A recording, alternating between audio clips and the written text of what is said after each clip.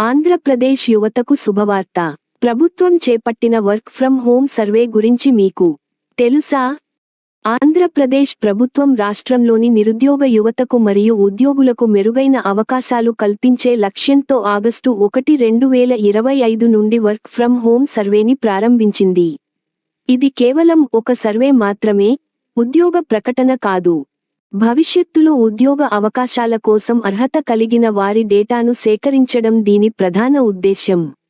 ఈ సర్వేలో పాల్గొనడానికి కొన్ని అర్హతలు ఉన్నాయి. మీరు ఎస్ఎస్సి, ఐటీఐ, డిప్లొమా, డిగ్రీ లేదా అంతకంటే ఎక్కువ విద్యార్హతలు కలిగి ఉండాలి.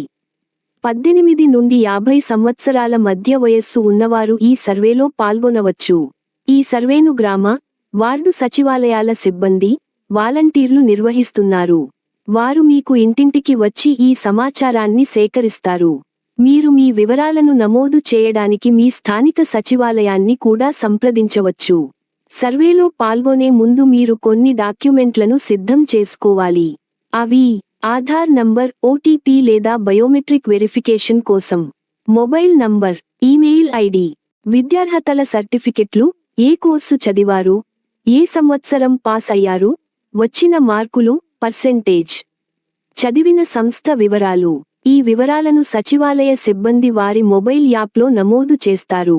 మీ ఒరిజినల్ సర్టిఫికెట్లను ఫోటో తీసి అప్లోడ్ చేయాల్సి ఉంటుంది.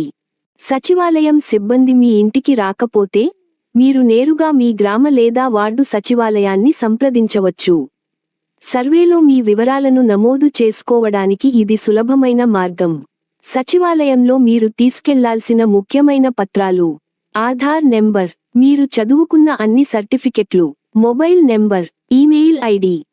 సచివాలయం సిబ్బంది సర్వే పూర్తయిపోయిందని చెప్పినా, మీరు ఇంకా నమోదు చేసుకోవాలనుకుంటే, నేరుగా మీ స్థానిక గ్రామ లేదా వార్డు సచివాలయం కార్యాలయానికి వెళ్లడం మంచిది.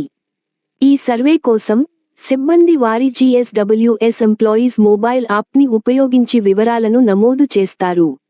మీ వివరాలు ఇంకా నమోదు కాలేదని చెప్పి, వారికి సర్వే పూర్తవ్వలేదని చెప్పండి. మీ విద్యార్హతలు మరియు ఇతర వివరాలు నమోదు చేసుకునేందుకు సహకరించమని అడగండి. ఈ సర్వే ఆగస్టు 1, 2025 నుండి మొదలైంది మరియు దీనికి చివరి తేదీ గురించి ఇంకా అధికారికంగా ఎలాంటి సమాచారం లేదు.